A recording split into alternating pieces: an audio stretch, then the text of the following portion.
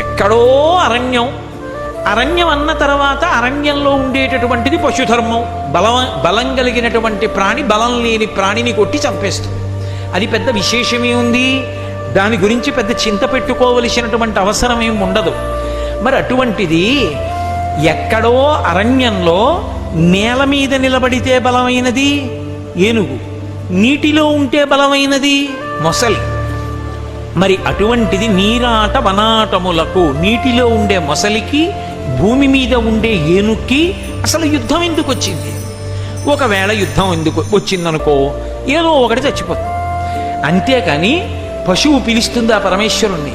పిలిచిందనుకో, పురుషోత్తముచే ఆరాటమెట్లు మానెను. శ్రీ మహావిష్ణువు ఎందుకు వచ్చారు?